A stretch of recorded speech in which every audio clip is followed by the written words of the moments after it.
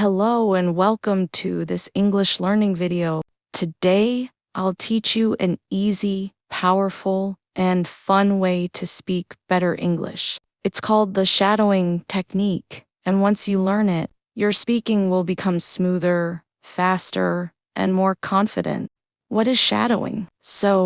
What is shadowing? Shadowing means you listen to someone speak English, then you repeat what they say right after them. Try to copy their voice, their speed, their feeling. You become like their shadow. That's why we call it shadowing. This method helps you speak more clearly, understand real English conversations, feel less nervous when talking to people, ready to try. Let's practice with a story. I'll read it sentence by sentence. Just repeat after me using shadowing. Let's begin. English story. I went to the airport. My name is Anna. I'm 22 years old. I live in a small town with my mother and my little brother. I work in a bookstore. I like my job. I love books. But one day, something happened. Something very different. It was a rainy morning. I woke up early and checked my phone. There was a message from my best friend, Maya. It said, "Anna, please come to the airport today. I need you. 12 p.m. Terminal 3. I didn't understand. Why did Maya want me at the airport? She didn't say more. I tried calling her, but her phone was off. It was already 10 a.m. I had only 2 hours. I quickly put on my jeans, my pink jacket, and took my umbrella. I told my mom, "Mom, I need to go to the airport. Maya needs help." She looked worried. "Be careful, Anna," she said. The journey. I took the bus. It was cold and wet. The bus was full of people. I stood the whole time. I looked out the window. The sky was gray. I saw planes far away. Finally, I reached the airport. It was huge and noisy. People were rushing, talking, carrying bags. I looked for Terminal 3. It took me 10 minutes to find it, but Maya wasn't there. I waited 10 minutes, 15, 20 minutes. Still no Maya. I felt nervous. Then I saw a girl sitting near the window.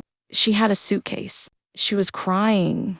I walked to her and asked, "Are you okay?" She looked up. Her eyes were red. "I missed my flight," she said. "I don't know what to do." I sat beside her. "My name is Anna. Can I help you?" She said her name was Sarah. She had come to see her father, but she was too late. The plane had already left. I gave her water from my bag. We talked.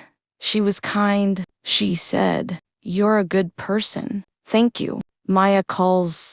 Suddenly, my phone rang. It was Maya. I answered fast. "Anna, where are you?" She asked. "I'm at Terminal 3, waiting for you." "Oh no," she said.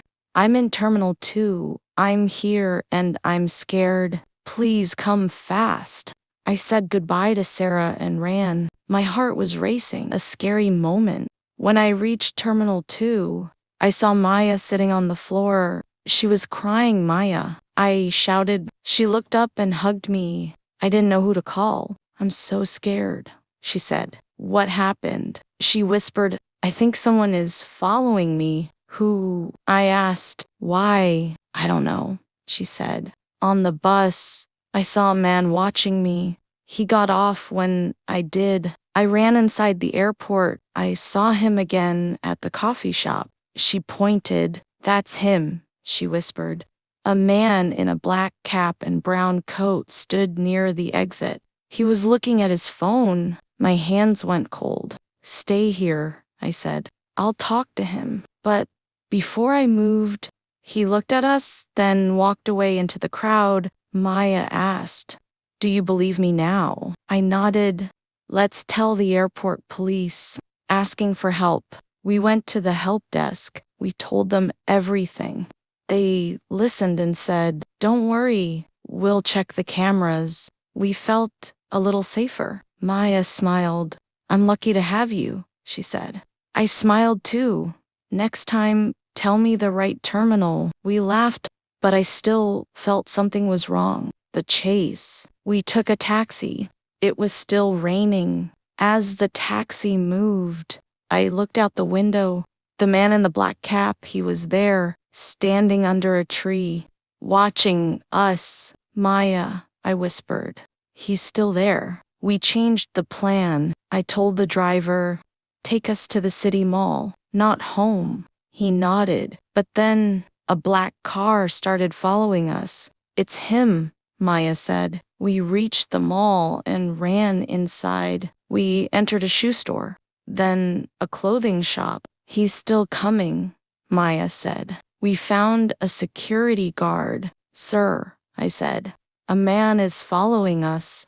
The guard looked serious. Show me. We pointed. The guard walked to the man and said, Sir, why are you following these girls?